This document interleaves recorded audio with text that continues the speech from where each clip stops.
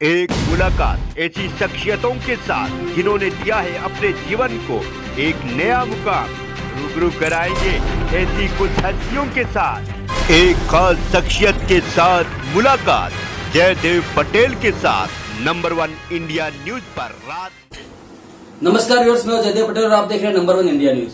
आपका एक बार फिर स्वागत है एक खास शख्स के साथ मुलाकात प्रोग्राम में। आज हमारे साथ खास मेहमान है रक्षा विशेषज्ञ retired lieutenant general Rajendra Singh. Rajendra Singh ji, आपका बहुत बहुत स्वागत है आज हमारे प्रोग्राम में। Thank you very much. जी राजेंद्र सिंह जी, आपसे मेरा पहला सवाल है कि केंद्र सरकार ने फैसला किया है कि जो भारतीय फंसे हैं छात्र, खास तौर पर यूक्रेन में अगर बात करें हम, तो उनको बहुत सी दिक्कतों का सामना करना पड़ रहा है, लेकिन उन्होंने सरकार अपने खर्चा पर वापस लाएगी। रोमानिया और हंगरी से बातचीत की गई है।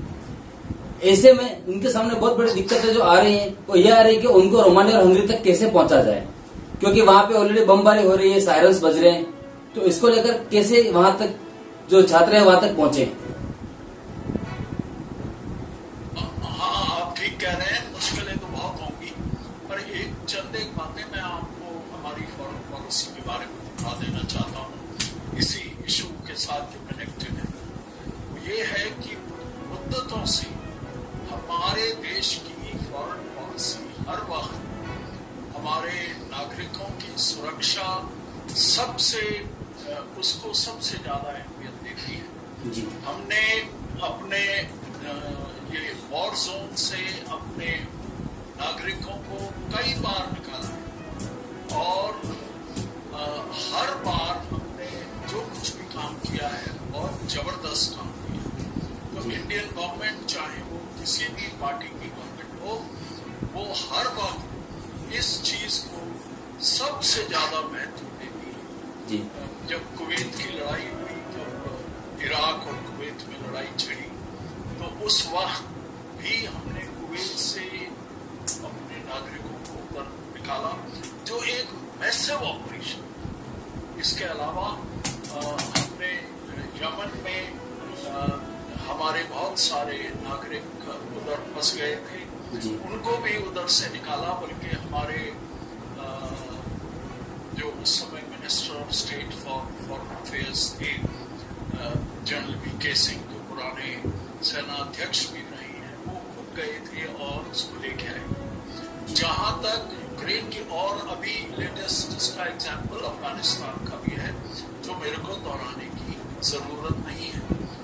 और जहां तक यूक्रेन की बात है, ये तो एक बहुत अच्छी बात है कि हम फ्री लेके आएंगे। हमने हर एक इवैक्यूएशन फ्री की है और ये हमारी गवर्नमेंट अपनी इस चीज को अपना कर्तव्य मानती है कि अपने देश के नागरिकों को वहां से ठीक तरीके से लाई। अभी जो वहां पर यूक्रेन में लड़ाई का माहौल है और उस माहौल में किस तरीके से वो नेबरिंग कंट्रीज में अपने लोगों को पहुंचाए, ये भी एक ग्रेट चैलेंज है। मुझे इसमें कोई भी शक नहीं है कि हमारे जो दूतावास के वहां पे जो भी एम्प्लॉइज हैं, हमारे एम्बेसडर साहब और बाकी लोग, वो पूरी इनकी मदद करेंगे और कोई एक ऐसा प्लान बनाएंगे जिससे कि हमारे नागरिक जल्दी से जल्दी वहां से निकल सके। जी। और तरीके तो कई हैं। एक तो बाई रोड का है, और बाई रोड तो बहुत सारी जनता, अभी यूक्रेन की खुद की जनता भी बहुत बाहर निकलने को बहुत उत्सुक है। इसके अलावा सी से भी, ब्लैक सी के अंदर वहां की पोर्ट से ले जाकर किसी और देश में पहुंचा जा सकता है और वहां से एयरलिफ्ट किया जा सकता है। पोलैंड का एक रास्ता है जहां से बहुत सारे लोग निकल रहे हैं, और इंडियन एडवाइजरी जो अभी शुरू हुई है, उन्होंने भी ये एक चीज बोली है कि पोलैंड वाला रास्ता अगर अपनाया जाए तो वो बेस्ट है। जी। राजेंद्र सिंह जी, एक दूसरा सवाल जो आपने सुना होगा, कब से कुछ देर पहले जो बाइडेन ने कहा और जेलेंस्की ने अपनी बात कही। उन्होंने ये कहा कि ऐसा उनको लग रहा है कि यूक्रेन अकेला पड़ गया है। यूरोप के जो बाकी देश है वो रूस से डरते हैं, पुतिन से डरते हैं, वहीं बाइडेन कह रहे हैं कि अमेरिका अपनी सेना यूक्रेन में नहीं भेजेगा, यूक्रेन की जमीन पर अमेरिकन बुट्स नहीं पड़ेंगे, बल्कि जो नेटो देश है उनकी सुरक्षा के लिए अमेरिका कुछ और फोर्स भेजेगा। तो ये उनकी जो अपील आई है, जो एक बेबसी दिखाई दे रही है यूक्रेन के राष्ट्रपति की, इसी संकट में उन्हें अकेला छोड़ दिया कि अंतर्राष्ट्रीय बिरादरी ने एक तरह से मुंह मोड़ लिया है यूक्रेन से। इसको आप किस तरह से देखते हैं? आखिर अंतर्राष्ट्रीय बिरादरी को क्या करना चाहिए ताकि वो मानवीय राहत और सैन्य राहत से यूक्रेन तक पहुंच सके? देखिए, सबसे पहले तो मैं इस चीज के बारे में एक चीज कहना चाहता हूं जो मैंने पहले भी कई बार कही है, कि वो ये है कि ये यूक्रेन की लीडरशिप, यूक्रेन के प्रेसिडेंट ने क्रॉस मिसकैलकुलेशन की है। अमेरिका हर वक्त कह रहा था कि वो डायरेक्ट मिलिट्री इंटरवेंशन नहीं करेगा। नेटो ने भी कई स्टेटमेंट्स पहले भी दिए थे और अभी भी वो उसका स्टैंड वही है कि हम डायरेक्ट मिलिट्री इंटरवेंशन नहीं करेंगे, खुद हम मिलिट्री मदद जरूर करेंगे, हम हथियार जरूर दे देंगे, हम ह्यूमैनिटेरियन असिस्टेंस दे देंगे। तो ये एक क्रॉस मिसकैलकुलेशन। अगर यूक्रेन के प्रेसिडेंट जो पहले जिस तरीके के बयान दे रहे थे, जब पुतिन साहब जो पिछले कई हफ्तों से जो ये बोले जा रहे हैं कि जब तक यूक्रेन ये नहीं मान जाता तो हम जो है चुप नहीं बैठेंगे। यूक्रेन के प्रेसिडेंट ने उस वक्त भी कई ऐसे बयान दिए कि हम किसी से डरते नहीं हैं और हम पूरा तैयार हैं, ईंट का जवाब पत्थर से देंगे, इस तरीके के बयान। और अभी एकदम कह देना, पहले दिन, लड़ाई के पहले दिन ही या दूसरे दिन आप ऐसा बयान देने लग जाएंगे जिससे पूरे देश की जनता, आपके देश की जनता डिमोरलाइज हो जाएगी। सबको लगे कि आप तो बिल्कुल लड़ ही नहीं सकेंगे, आपकी फौजों का मोराल नीचे हो रहा। ये किस तरीके की नेशनल लीडरशिप है? मैं यूक्रेन के प्रेसिडेंट की जो करंट स्टांस है वो उसको मैं बिल्कुल ठीक नहीं मानता हूँ। कोई भी देश जिसके ऊपर हमला होता है, उसकी लीडरशिप का पहला काम ये होता है कि वो देश की जनता के मोराल को ऊपर रखे, अपनी फौजों के मोराल को ऊपर रखे, ना कि ये कहे कि मैं अकेला पड़ गया हूँ, अभी मैं क्या करूं, मेरे ऊपर तो बहुत शक्तिशाली देश आ गया है।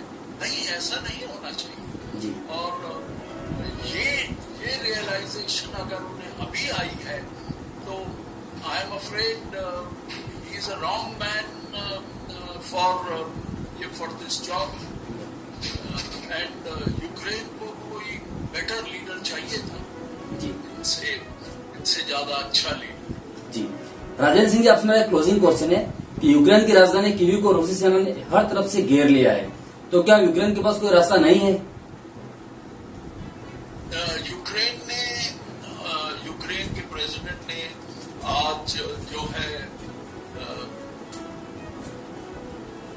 ये पुतिन साहब से बात करने की कोशिश की जो नहीं हुई सक्सेसफुल, और उन्होंने एक मैसेज भेजा है पुतिन साहब को कि हम बातचीत करना चाहते हैं और लेट्स नेगोशिएट।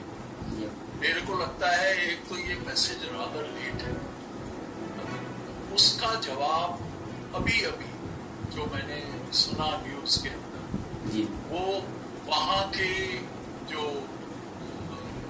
फॉरेन मिनिस्टर हैं रशिया के, उन्होंने अभी जवाब दिया है कि रशिया नेगोशिएशंस के लिए तैयार है, लेकिन उससे पहले यूक्रेन की लीडरशिप को सरेंडर करना पड़ेगा। तो एक बार जब सरेंडर हो गया तो वो बात ही खत्म हो गई। बिल्कुल, ये भी एक चीज जो है बहुत अनरीजनेबल सी लगती है, लेकिन एक बात इससे बहुत क्लियर होती है कि यूक्रेन एक बहुत बुरी हालत है, वो वर्ल्ड के रिएक्शन से काफी डिसअपॉइंटेड है, जो उन्हें नहीं होना चाहिए था, उनको ये एंटिसिपेट करना चाहिए था। रशिया ने ये दिखा दिया है वर्ल्ड को कि वो अपनी सिक्योरिटी के इंटरेस्ट हर हालत में प्रोटेक्ट करेगा और यूक्रेन का नेटो में जाना या नेटो का एक्सपेंशन रशिया की तरफ होना उसको टोटली एक्सेप्टेबल नहीं है। रशिया एक बहुत मेजर न्यूक्लियर पावर है, बल्कि पूरे वर्ल्ड में सबसे ज्यादा न्यूक्लियर वेपन्स रशिया के पास है और रशिया जो है उसको उसकी बातों को लाइटली नहीं लिया जा सकता और यही चीज दिखाने के लिए पुतिन साहब ने ये काम किया है।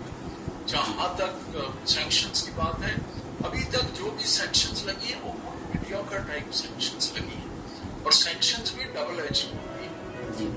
ये इस बात पर कोई शक नहीं है कि रशिया के ऊपर इन सैंक्शंस का फर्क होगा, जरूर फर्क पड़ेगा, लेकिन वो फर्क पहले तो लॉन्ग टर्म में, दूसरी बात जितना फर्क रशिया के ऊपर होगा उतना ही फर्क यूरोप के ऊपर भी होगा। रशिया यूरोप की ऑयल नीड्स का nearly 50%, 45% of the oil and gas needs of Europe are being met from Russia and जो पाइपलाइंस यूक्रेन के थ्रू निकलती हैं। तो इन सब हालात को देखते हुए और हालांकि इन्होंने बैंक्स के खिलाफ, रशियन बैंक्स के खिलाफ, उनके कुछ बिलियनियर्स के खिलाफ सैंक्शंस लगाई है, मुझे नहीं लगता कि इसका ज्यादा फर्क होगा। अगर फर्क हुआ भी तो रशिया में ये लड़ाई शुरू करने से पहले इन सब चीजों का आंकलन करके ही ये लड़ाई शुरू की होगी और रशिया अभी जो कुछ भी कर रहा है मुझे लगता है उसका मकसद यूक्रेन की सत्ता, यूक्रेन में सत्ता पलट करने का है। यही एक मकसद है। अभी वो अगर कीव के पास ऑलरेडी पहुंच गए हैं तो वो हो सकता है कि वहां की सत्ता को वो पलट दे और अगर एक बार यूक्रेन की लीडरशिप उधर बदल जाती है तो मुझे नहीं लगता कि रशिया चाहेगा कि वो यूक्रेन में कब्जा कर ले, बिकॉज कब्जा करने में और बहुत सारी इम्प्लीकेशंस हैं। ठीक है सर, उसको ऐसा रिजीम चाहिए जो उसके सिक्योरिटी इंटरेस्ट को ध्यान में रखे और उसके साथ रिलेशनशिप रशिया की अच्छी हो। जी राजेंद्र सिंह जी, आपने नंबर वन इंडिया के लिए समय निकाला, उसके लिए आपका बहुत बहुत धन्यवाद। Thank you very much. Thank you.